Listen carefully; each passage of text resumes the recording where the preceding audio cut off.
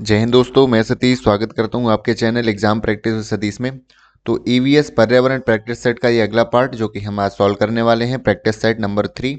और ये जो आपके केवीएस केवीएस एग्जाम के लिए बहुत इंपॉर्टेंट है, और साथ ही में आपके सीटेट, यूपीटेट और सुपर टेट के लिए भी समान रूप से ये जो है आपके यूज में आने वाला है, पर्यावरण अध्ययन आपके उपयोग में आने वाला है। तो बढ़ते हैं आज की वीडियो में।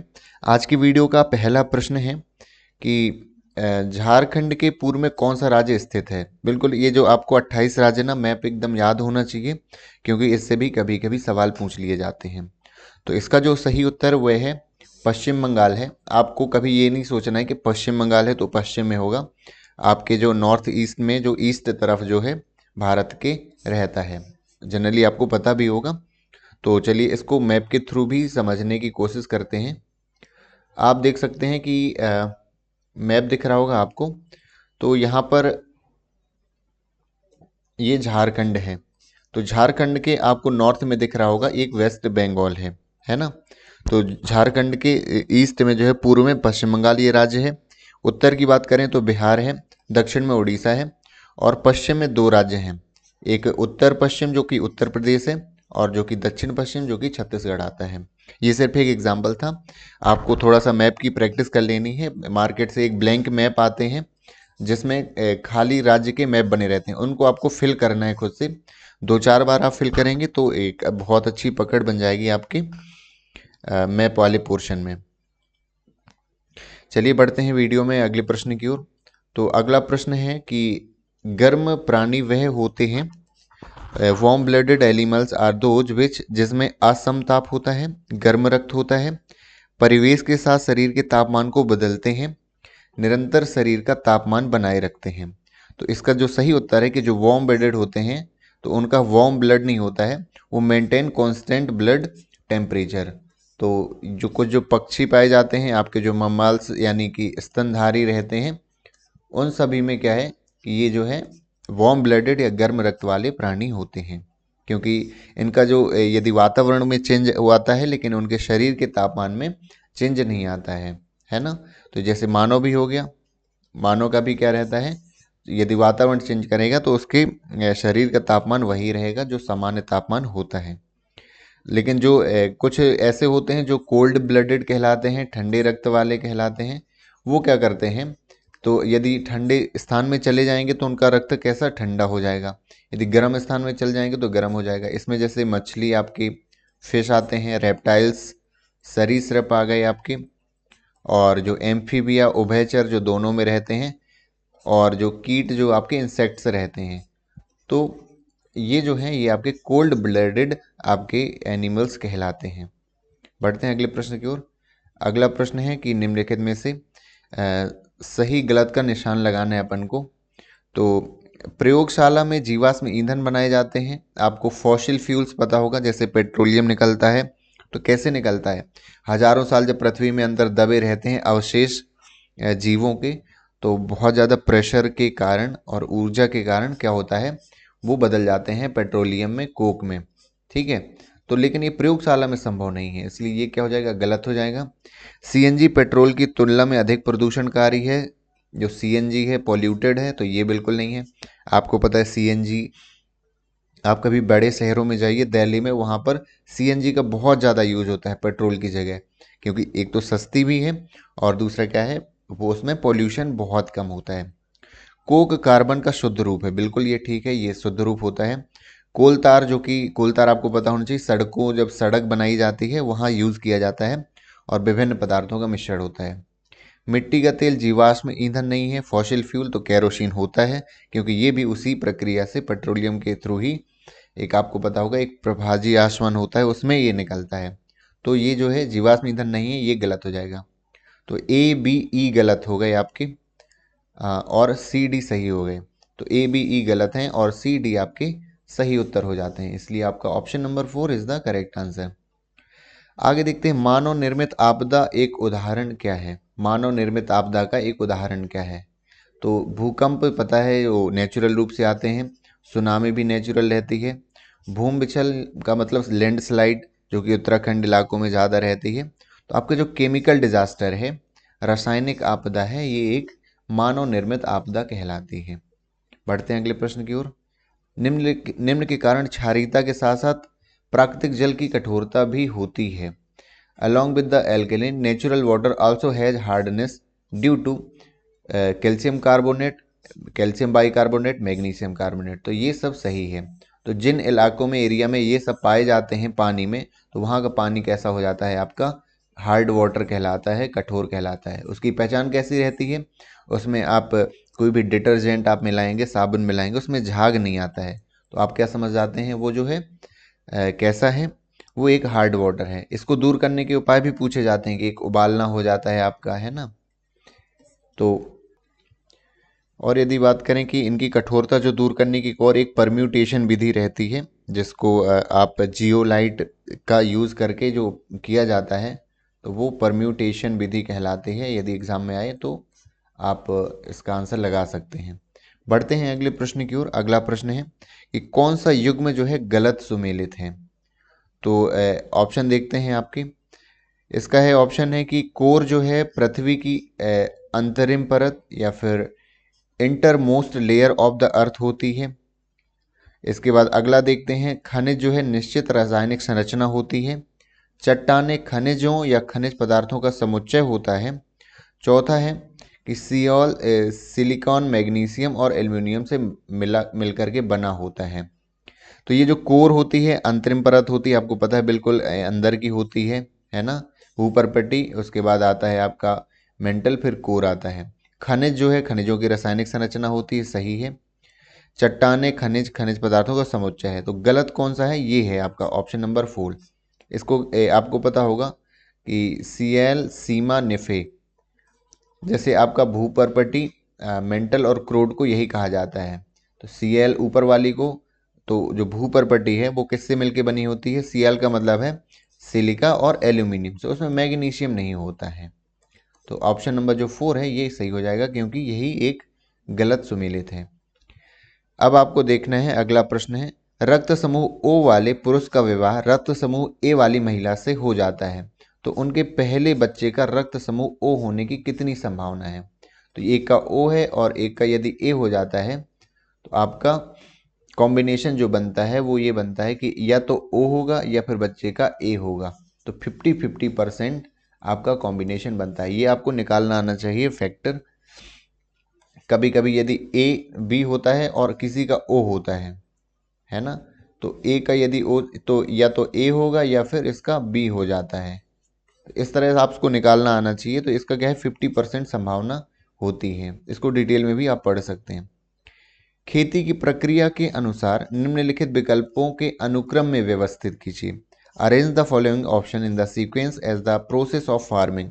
तो जो खेती से जुड़े होंगे उनको जरूर पता होगा कि भूमि को तैयार करना, खाद डालना, बीज बोना, कटाई या फिर सिंचाई। तो सबसे पहला रहता है आपका कि भूमि को तैयार किया जाता है। आपको बताओ, उसमें पानी लगाया जाता है, उसको लेवलिंग करी जाती है, तो ये कहलाता है भूमि को तैयार करना। अब इसके बाद आप बीज बोएंगे, तो दूसरा नंबर क्या हो जाएगा? बीज बोना हो जाएगा। जब आप बीज बोएंगे तब पहले आप उसके क्या करेंगे? खाद डालेंगे कि सिंचाई करेंगे? तो आप पहले सिंचाई करेंगे उसकी, तो उसके बाद आप खाद डालेंगे जब थोड़ी बड़ी हो जाएगी। खाद डालने से क्या होता है, उर्वरक उसे पर्याप्त मात्रा में मिल जाते हैं। तो चौथा काम जो हो जाएगा आपका खाद डालना, और पांचवा लास्ट में आप क्या कर लेंगे? उसका हार्वेस्टिंग या कटाई कर लेंगे। तो ये जो आपका हो जाएगा सही उत्तर हो जाएगा। तो ये तीसरे नंबर पर आएगा। तो देखिए आप पहले नंबर पर भूमि को तैयार करना, तो 1 आ जाएगा। दूसरे नंबर में था कि आप बीज बो रहे थे, इसके फिर सिंचाई कर रहे थे, उसके बाद खाद डालना और उसके बाद कटाई। तो ऑप्शन नंबर 2 इस क्वेश्चन का सही आंसर हो जाएगा। आगे बढ़ते हैं अगले प्रश्न की ओर। पक्षियों के समूह का चयन कीजिए जो युग्म में घोंसला बनाने के लिए काम करते हैं। जो group of birds that work in pair to create nest, जो ग्रुप में अपना नेस्ट बनाते हैं। तो इसका जो सही उत्तर है वो है स्पैरोज, डव और सनबर्ड्स। ये जो क्या करते हैं, ग्रुप में हमेशा घोंसला बनाने का काम करते हैं। बाकी कौवा जो होता है वो जो है कबूतर, गौरैया, इसमें कौवे जो है ग्रुप में नहीं बनाते हैं। वीवर बर्ड, कबूतर, कौवे, कौवा आ गया इस पे। तो ये लोग क्या है कि आपके कबूतर भी है, ग्रुप में नहीं बनाते हैं घोंसले। बढ़ते हैं अगले प्रश्न की ओर। सुमेलित करना है, युग्म का चयन करना है, select the correct matched pair. तो आपके ऑप्शन है कि विश्व जनसंख्या दिवस 21 जुलाई को मनाया जाता है।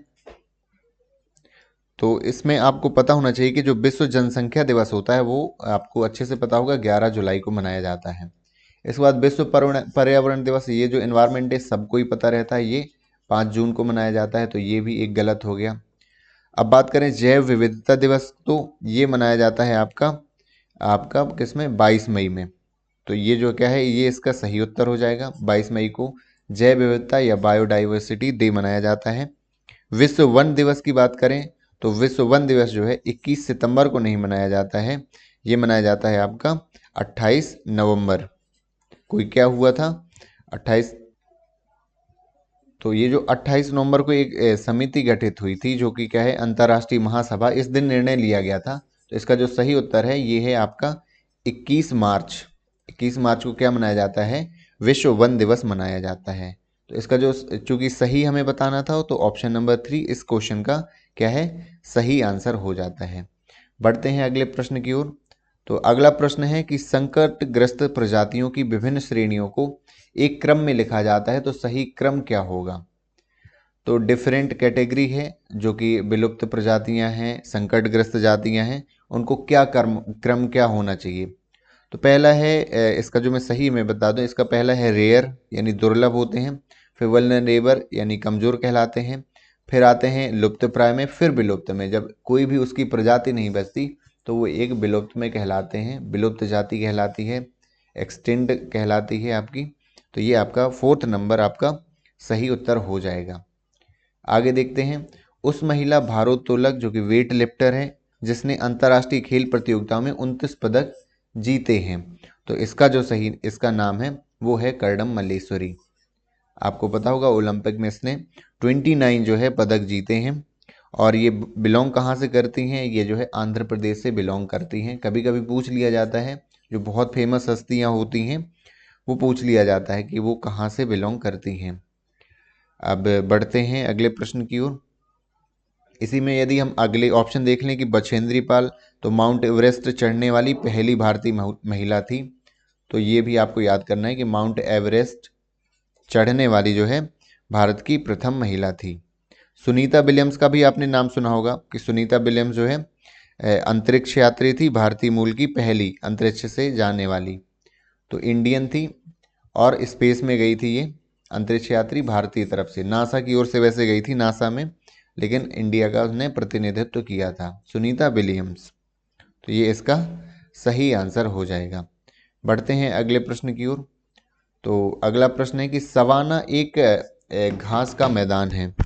तो सवाना जो है उष्णकटिबंधीय है, शीतोष्ण है, कि भूमध्य रेखीय है, कि उष्णकटिबंधीय, समोष्ण, शीतोष्ण दोनों है।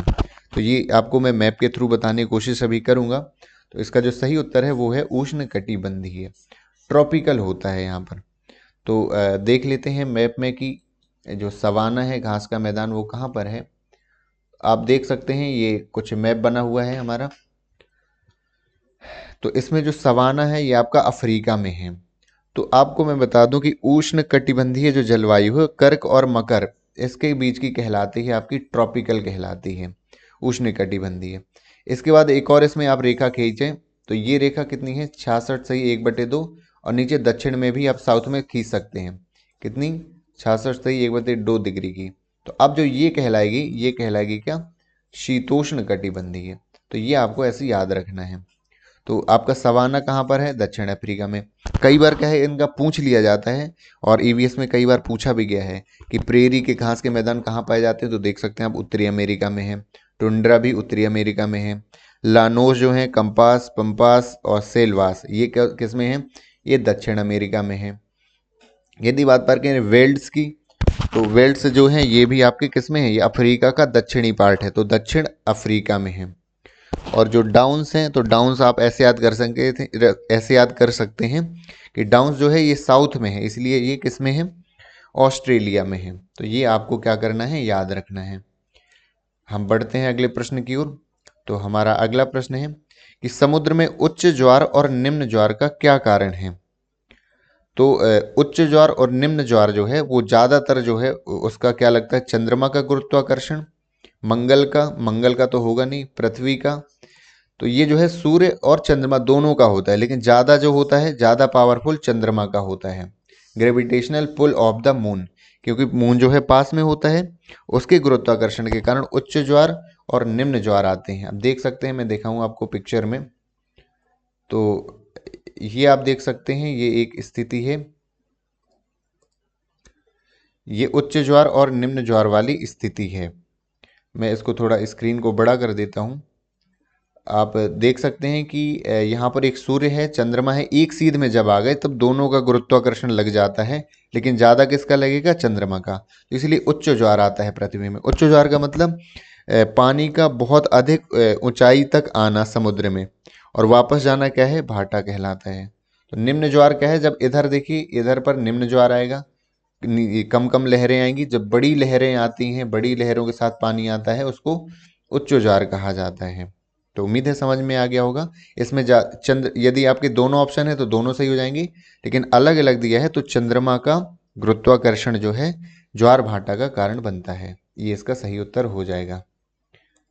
तो अगला प्रश्न हम देखते हैं। अगला प्रश्न है हमारा कि एक्सरे की खोज किसने करी थी। काफ़ी इंपॉर्टेंट क्वेश्चन है। तो एक्सरे की खोज जो करी थी, आपको याद कर लेनी है, बहुत सारी इन्वेंशंस याद करनी है। तो रोंटजन ने जो है एक्सरे की खोज की थी। तो ये आपको क्या है, इंपॉर्टेंट याद रखना है। यही बात करें तो प्रोटॉन की जो खोज करी है गोल्डस्टीन ने करी है। और इसको ऐसे भी याद रखते हैं कि इलेक्ट्रॉन की, प्रोटॉन की, न्यूट्रॉन की, ये आपको याद होना चाहिए। तो इलेक्ट्रॉन की किसने करी है, थॉमसन ने करी है। प्रोटॉन की तो रदरफोर्ड, जिसका गोल्डस्टीन भी नाम रहता है, तो रदरफोर्ड ने करी है। और न्यूट्रॉन की खोज जो करी है वो किसने करी है, चैडविक ने करी है। तो ये तीनों आपको याद रखने हैं, ये कभी कभी एग्जाम में पूछ लिया जाता है। मानचित्र का एक घटक है कौन सा। तो जब आप मैप देख रहे होंगे तो उसमें डिस्टेंस, दिशा और सिंबल्स भी रहते हैं। आप देखिए कैपिटल्स के लिए स्टार बना रहता है ना। जो गर्म रहते हैं कलर भी बने रहते हैं। तो ये जो है दूरी, दिशा, चिन्ह, ये सभी एक आवश्यक है एक मानचित्र के लिए, मैप के लिए। बढ़ते हैं अगले प्रश्न की ओर। अगला प्रश्न है कि निम्नलिखित में से कौन सा प्रोटीन का समृद्ध स्रोत नहीं है। तो किसमें प्रोटीन कम समृद्ध स्रोत नहीं है, कम रहता है। तो दूध में तो रहता है प्रोटीन, अंडे में रहता है, सी फूड्स में रहता है, लेकिन हाँ ये मूंगफली तेल जो रहता है, ग्राउंड नट ऑयल, इसमें ये है प्रोटीन का समृद्ध नहीं है। इसमें प्रोटीन रहता है लेकिन वो बहुत कम रहता है, बहुत न्यून मात्रा में। दूध, अंडा, समुद्री खाद्य, ये सब प्रोटीन के रिच सोर्सेस हैं, जो मूंगफली तेल ये नहीं है। अब बात करें नागफनी और कैक्टस किस प्रकार के पौधों के उदाहरण हैं। तो ये आपके पता होंगे, मरुद्भिद यानी मरुस्थल में जो पाए जाते हैं, जीरोफाइट्स जो होते हैं। इनका कैसा रहता है, इनका जो शेप रहता है वो बहुत कांटेदार रहते हैं और थोड़ा शंकु के आकार के रहते हैं, जिससे क्या है कि पानी का जो है कमी, या तो जानवर नहीं खा पाते, कांटे बहुत ज़्यादा रहते हैं, दूसरा पानी की इनकी वेस्टेज नहीं होती है उसके द्वारा, ऊर्ध्वपातन के द्वारा। बढ़ते हैं अगले प्रश्न की ओर। अगला प्रश्न है कि रक्त द्वारा एक दूसरे से संबंधित व्यक्तियों का समूह है। तो ब्लड रिलेशन कुल मिला के इसमें पूछा गया है। तो ब्लड रिलेशन माता पिता, रिश्तेदार, रिश्तेदार तो नहीं आएंगे आपके, ये गलत हो जाएगा। दोस्त नहीं आएगा आपका। माता पिता, बच्चे और दादा दादी, बिल्कुल, यदि आपके माता पिता, आपके बच्चे, दादा दादी, ये आपके कैसे हैं, ये आपके ब्लड रिलेशन में आएंगे। ऑप्शन नंबर 3 सही हो जाएगा। चचेरे भाई, ससुराल वाले माता पिता, तो आपके जो इन लॉज पेरेंट्स हैं वो नहीं आएंगे इसमें। ऑप्शन नंबर 3 ये जो ब्लड ग्रुप है, पीपल, ये जो आपके कहलाएंगे, जो ऑप्शन नंबर 3 में है। एक संयुक्त परिवार में रहकर बच्चे निम्नलिखित में से क्या बातें सीखते हैं। तो ज्वाइंट फैमिली में बच्चे रहते हैं, अच्छे संस्कार सीखते हैं, आपके बच्चे जिद्दी होना सीखते हैं, बच्चे चीज़ों को दूसरों के साथ साझा करना सीखते हैं। तो और जिद्दी होना सीखते हैं ये नहीं है संयुक्त परिवार का गुण। तो आपका 1 और 3, आपका केवल 1 और 3 जो है इस क्वेश्चन का सही आंसर हो जाएगा। बढ़ते हैं हम अगले प्रश्न में। तो अभी जानता था कि पौधे जिस वातावरण में रहते हैं वहाँ की परिस्थितियों के अनुसार खुद को ढाल लेते हैं। बिल्कुल, ये ना तो ये तो पौधों के साथ भी होता है, व्यक्तियों के साथ भी होता है कि व्यक्ति भी ढल जाते हैं, आदमी जहाँ रहता है। उसने लंबे शंक्वाकार सुई जैसे पत्तों वाला एक पौधा देखा। तो ये किस तरह का पौधा है? आप समझ गए होंगे, ये एक पहाड़ी क्षेत्रों का पौधा है। It is a plant of hilly areas. तो रेगिस्तान में नहीं होगा, शंक्वाकार लंबे नहीं होंगे, यदि रेगिस्तान में होंगे तो लंबे नहीं होंगे। तो और ये दलदली क्षेत्रों में कभी ऐसे होंगे नहीं लंबे शंक्वाकार सुई जैसे, मैदानी इलाकों में भी नहीं हो सकते हैं। ये कहाँ के पौधे होंगे? ये आपके पहाड़ी क्षेत्रों के पौधे होंगे। अगला देखते हैं कि निम्नलिखित में से कौन सा एक तना नहीं है। तो आपको एक बार पुरानी वीडियोज में बताया था कि जो आलू रहता है, आपकी जो हल्दी है, अदरक, इन तीनों का हम क्या खाते हैं? तना खाते हैं। लेकिन जो सलगम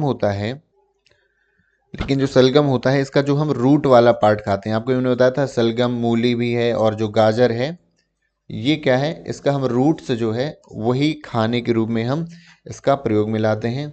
आप इसका पिक्चर भी देख सकते हैं कि आप इसकी जो जड़ें होती हैं, ये जड़ ही है पूरी जिसको हम खाने के रूप में उपयोग में लाते हैं। बढ़ते हैं हम अगले प्रश्न की ओर। तंदा जब 8 साल का हो गया तो वह समय के साथ 3 अलग अलग मकानों में रहा। ठीक है, जब वह बच्चा मकान एक में था तब वह जब बच्चा था वह छोटे में, वो मकान एक में था। जब वह जवान हो गया तो मकान दूसरे में आ गया, और वह अब बूढ़ा हो गया तो ये कहाँ आ गया? मकान नंबर 3 में आ गया। तो गलत शब्द बताना है कि गलत कौन सा जो है मैचिंग हो गई है इसमें। तो इसमें देखना है कि मकान नंबर 1 मिट्टी, भूसे, गोबर, मतलब इसका क्या मकान बन सकता है? बिल्कुल कच्चे मकान होते हैं इसके। मकान नंबर 2 कच्ची ईंटें, लोहा, सीमेंट, इससे बनता है मकान, बनता ही है। और जब उसकी लास्ट से जाई बुढ़ापे में, संगमरमर, टाइल्स, लिंटेन, हाँ इन सब चीज़ों से मकान बन ही जाते हैं। तो ऑप्शन नंबर 4 सही है। अब आप कहेंगे ये किस तरह का क्वेश्चन हुआ? हो सकता है ऑप्शन में ऐसी चीज़ देता जिससे मकान बनता ही नहीं है, तो ऑप्शन क्या हो जाता? आपका गलत हो जाता। पृथ्वी के अंदर भूकंप की उत्पत्ति के स्थान को क्या कहा जाता है? ये काफ़ी इंपॉर्टेंट क्वेश्चन है। इसको कहा जाता है आपका एपी सेंटर कहा जाता है, जहाँ से भूकंप उत्पन्न होता है। आप यदि इसको आप मैप के थ्रू समझने की कोशिश करेंगे तो मान लीजिए भूकंप है आपका, यहाँ से उत्पन्न हो रहा है, तो ये पृथ्वी का जो केंद्र होगा, सबसे जो नज़दीक वाला पॉइंट होगा लंबवत, ये आपका क्या कहलाएगा? एपी सेंटर कहलाएगा। सबसे ज़्यादा जो प्रभाव है वो यहीं देखा जाएगा, जो है भूकंप का। हम बढ़ते हैं अगले प्रश्न की ओर। तो अगला प्रश्न है कि मिनी माता मिन माता रोग जो है किससे संबंधित है? Minamata diseases related to which of the following? तो ये आपको पता होना चाहिए कि ये जो एचजी प्रदूषण होता है, इसको मरकरी प्रदूषण, पारे का प्रदूषण कहते हैं। इससे जो है मिनी माता या छोटी माता जिसे आप जानते हैं, उसके रूप में ये हो जाता है। ये एक न्यूरोलॉजिकल सिंड्रोम है। आपने जरूर देखा होगा लोगों के जो है हाथों में कुछ दाने टाइप के पड़ आते हैं, जैसे आप देख सकते हैं बम्स ऑन स्किन। तो ये जो है माइकोबैक्टीरियम लेप्रे है, इससे बम्स ऑन स्किन आ जाते हैं, जो कि एक मिनी माता रोग कहलाता है। बढ़ते हैं हम अगले प्रश्न की ओर। तो संक्रामक रोग कैसे फैलता है? तो ये आपको संक्रामक रोग जो एक व्यक्ति से दूसरे व्यक्ति की ओर में फैलता है, चाहे वायु, जल, किसी लिविंग ऑर्गेनिज्म के द्वारा, तो ये सभी जो है आपके इन्फेक्शियस डिसीज कहलाते हैं। सर्दी, खांसी, जुकाम जो है ये जो है ये संक्रामक रोग या इन्फेक्शियस रोग कहलाते हैं आपके। ये भोजन के द्वारा भी होते हैं, दूषित कोई अपन ने भोजन कर लिया। और इसके यदि रोग हम देखें तो पोलियो जो है आपका हो सकता है, टाइफाइड हो सकता है, खसरा हो सकता है ना, चिकन पॉक्स, टीबी, ये सब जो है आपके कुछ ये आपके इन्फेक्शियस रोग हैं, संक्रामक रोग हैं, जो एक जगह से दूसरी जगह में फैलते हैं। फिर से आगे ये क्वेश्चन, जल की कठोरता को निम्नलिखित में से किसके माध्यम से दूर किया जा सकता है? तो जल की कठोरता का एक और है कि आप लाइम के माध्यम से भी आप दूर कर सकते हैं, ब्लीचिंग पाउडर, सोडा, और इनमें से कोई नहीं। तो इसका जो सही आंसर हो जाएगा वो हो जाएगा चूना हो जाएगा। लेकिन ये जो जल की कठोरता है वो अस्थायी कठोरता को दूर करेगा। दो प्रकार की होती हैं, एक स्थायी, अस्थायी। जो अस्थायी कठोरता होती है वो दो विधियां, एक या तो आप उबाल दें, उसको बॉईल कर दें, या उसमें लाइम आप चूना मिला दें, तो उससे क्या होगा? उसकी कठोरता दूर हो जाती है। बढ़ते हैं आगे अगले प्रश्न की ओर। सहारा रेगिस्तान किस देश महाद्वीप में स्थित है? तो आपको पता होगा कि सहारा जो रेगिस्तान है आपका, सबसे बड़ा रेगिस्तान है, और आपका ये जो है उत्तरी अफ्रीका, आपका 4 ऑप्शन है। नॉर्थ अफ्रीका जो है ये महाद्वीप है अफ्रीका, उसमें नॉर्थ अफ्रीका में स्थित है। आप इसको मैप के माध्यम से भी देख सकते हैं। ये जो आप देख सकते हैं सहारा जो डेजर्ट है वो कहाँ पर, अफ्रीका के उत्तर में है, इसलिए उत्तरी अफ्रीका में है। आपके बहुत सारे जैसे गोबी है आपका चाइना में है, एशिया में पाया जाएगा। आप इधर अटाकामा देख सकते हैं, ग्रेट बेसिन देख सकते हैं, ये सारे जो हैं अलग अलग महाद्वीपों के मुख्य जो रेगिस्तान हैं उनकी, अरेबियन देख सकते हैं, अरब का जो रेगिस्तान है, ये सारे हैं। थार भी है हमारे भारत का, थार का मरुस्थल है राजस्थान का, आप देख सकते हैं। पढ़ते हैं अगले प्रश्न की ओर। अक्षांश जो है, अक्षांश रेखाएं आपको पता होगा, लैटिट्यूड जो अर्थ में पैरेलल, ये जो है भूमध्य रेखा एक कई बार क्वेश्चन आता है कि भूमध्य रेखा, कर्क रेखा कौन सी रेखा है, तो ये एक अक्षांश रेखाएं हैं जो कि जिनकी संख्या कितनी होती है, यदि रेखाओं की बात करें तो 179, अक्षांश की बात करें तो 181 होती है इनकी संख्या। तो अक्षांश किसी हमें स्थान का जानने में मदद करती है। समय, तो समय जो है देशांतर रेखा से पता चलता है, आपको पता देशांतर रेखा है, एक देशांतर जो रेखा दूसरी पार करने में 4 मिनट का अंतर आ जाता है। तो समय जो है, राहत तो मिलती नहीं है किसी से। हाँ, टेम्परेचर कहा जाता है। आप देखिए, यदि आप भूमध्य रेखा में तो अलग टेम्परेचर होगा, यदि कर्क रेखा में आएंगे दूसरे अक्षांश में तो टेम्परेचर कम जाएगा, और यदि बहुत ऊपर जाएंगे उत्तरी अक्षांश में या दक्षिणी में तो जो तापमान है वो और अधिक कम हो जाएगा। तो अक्षांश है किसी स्थान का हमें तापमान जानने में मदद कर देता है अक्षांश, बिल्कुल। बढ़ते हैं अगले प्रश्न की ओर। पर्वतारोही के लिए बहुत अधिक आत्मविश्वास और साहस के साथ चुनौतियों का सामना करने की आवश्यकता होती है। आपने पता होगा पर्वतारोही जो होते हैं, चट्टान पर चढ़ाई, रॉक क्लाइंबिंग करते समय हमारा शरीर को पहाड़ी के किस कोण पर होना चाहिए। पहाड़ी रहती है ऐसी टेढ़ी, तो हमें एक 90 डिग्री का उसमें कोण बनाना पड़ता है जिससे हमें चढ़ने में आसानी हो जाती है। तो 90 डिग्री जो है उसके लिए हमें क्या झुकना पड़ेगा, यदि यदि आपका जो है पहाड़ी ढलान में है।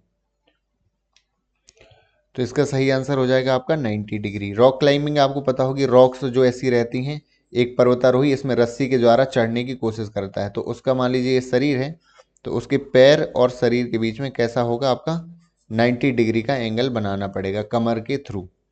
ठीक है, तो 90 डिग्री का एंगल जो है ये आपका सही उत्तर हो जाएगा। भारत में कुंभ मेले का आयोजन कितने वर्षों में किया जाता है, काफ़ी इंपॉर्टेंट है, ये जनरली पूछ लिया जाता है। आपको पता होगा 12 वर्षों में आयोजन किया जाता है कुंभ मेले का। अब कितनी जगह होता है, भारत के ऐसे 4 स्थान हैं जहां कुंभ मेले का आयोजन किया जाता है।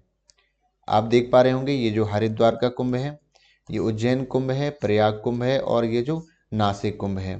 तो हर 12-12 वर्ष के अंतराल में आता है, तो इसलिए सब जो है आपका 3-3 वर्ष के अंतराल में सबका पड़ जाता है टर्न। और आपको यदि पता होगा कि रिसेंट में जो 2021 का महाकुंभ हरिद्वार में आया था, इसके बाद 4-4 साल में होता है ये, तो अगले 4 साल में ये जो है आपका प्रयागराज में अगला महाकुंभ होने वाला है। बढ़ते हैं अगले प्रश्न की ओर। तो अगला प्रश्न है, ग्रीष्म काल में लोग क्या पहनना पसंद करते हैं। तो गर्मियों में आपको पता है हल्के कपड़े पहनते हैं, और हल्के कपड़े की क्योंकि वो कम ऊष्मा अवशोषित करते हैं, तो गहरे तो होगा नहीं, हल्के रंग के कपड़े क्योंकि वो अधिक ऊष्मा अवशोषित करते हैं। तो सीधी सी बात है, आपका पहला जो है क्योंकि वो कम ऊष्मा अवशोषित करते हैं, ज़्यादातर वो है ट्रांसफ़र कर देते हैं ऊष्मा, परावर्तित कर देते हैं, इसलिए ऑप्शन जो है 1 करेक्ट हो जाएगा। कौन सा शरीर का अंग भोजन के पाचन में भूमिका नहीं निभाता। तो आपने पाचन पढ़ा होगा, डाइजेस्टिव सिस्टम, आपके आमाशय में, मुंह में छोटी आंत बड़ी आंत होते हुए आपका पाचन होता है, लेकिन हाँ ये किडनी जो है उसमें आपके पाचन में, डाइजेस्टिव सिस्टम में भूमिका नहीं निभाता। किडनी का काम केवल डायलिसिस या छानना होता है, आपके जो शरीर में पूरा रक्त होता है, ब्लड जो होता है उसको छानता है और अशुद्धियाँ दूर कर देता है। ये जो काम होता है किडनी का, डायलिसिस का होता है। अगला प्रश्न है कि निम्नलिखित में से कौन सा ऊर्जा संसाधन उद्योगों में व्यापक रूप से उपयोग किया जाता है। तो जो आपके एनर्जी रिसोर्सेस हैं उनमें बहुत ज़्यादा इंडस्ट्रीज़ में यूज़ किया जाता है। तो आपका कोयला यूज़ किया जाता है, पेट्रोलियम यूज़ किया जाता है, बायोगैस, लकड़ी और फसल अवशेष, ये बड़ी इंडस्ट्रियों में व्यापक रूप से उपयोग नहीं लाया जाता है। तो जो सही आंसर है वो आपका कोयला और पेट्रोलियम है, वो बहुत ज़्यादा उपयोग में लाया जाता है आपकी इंडस्ट्रीज़ में। बढ़ते हैं हम अगले प्रश्न की ओर। तो निम्नलिखित में से कौन भारतीय मानक समय को सही ढंग से दर्शाता है? आपको पता है ग्रीनविच लाइन है, उससे हमारा जो इंडिया का है वो 82.5 डिग्री है देशांतर, और जो समय का अंतर आता है वो है आपका +5:30, मतलब ग्रीनविच में जो टाइम होगा उसमें हम +5:30 कर देंगे तो हमारा जो समय निकल आएगा। तो इसका जो सही उत्तर हो जाएगा GMT +5:30। इसको याद रखिएगा क्योंकि एग्जाम में पूछने की संभावना है, आपसे टाइम जरूर पूछ लिया जाए। किसी एक जगह का आपको अक्षांश देशांतर दे दिया जाएगा और आपको किसी दूसरे प्लेस का, बी प्लेस का आपसे पूछ लेंगे, तो आपसे बनना चाहिए। बस यही याद रखने आपका कि जो देशांतर है, देशांतर की ज़रूरत पड़ती है समय के लिए, और एक देशांतर में कितने का अंतर आता है? 4 मिनट का। आप देख लीजिए कितने देशांतर का अंतर है, उस हिसाब से 4 मिनट का, 4 मिनट प्लस करते जाइए या माइनस करते जाइए। 15 डिग्री है तो आपका यही 4 मिनट 1 घंटे बन जाता है। यदि आपको दो चीज़ें पता हैं तो आपसे सवाल बिल्कुल बन जाएंगे इस तरह के, यदि आपके क्वेश्चन आएंगे एग्जाम में। सौरमंडल के कुछ ग्रह नीचे दिए गए हैं आपका, जैसे आपका शुक्र हो गया, वीनस हो गया, मंगल मार्स हो गया, पृथ्वी अर्थ, और ये जुपिटर है, बृहस्पति है, और जो शनि है। तो आपको क्या करना है, त्रिज्या के अनुसार, इसका मतलब जो है छोटे से बड़ा जो है आपको क्रम में लगाना है। तो सबसे पहले एक चीज़ जो आपको पता होनी चाहिए कि जो सबसे बड़ा है आपका कौन सा है, पूरे सौरमंडल का बृहस्पति है, तो ये सबसे लास्ट में आएगा।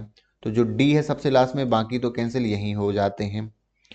इसके बाद देखते हैं सबसे छोटा, तो आपको पता है कौन सा है, सबसे छोटा है, सबसे छोटा आपका बुध है जो कि मरकरी है, सबसे छोटा है, पहला ही ग्रह है जो कि इसमें है नहीं है।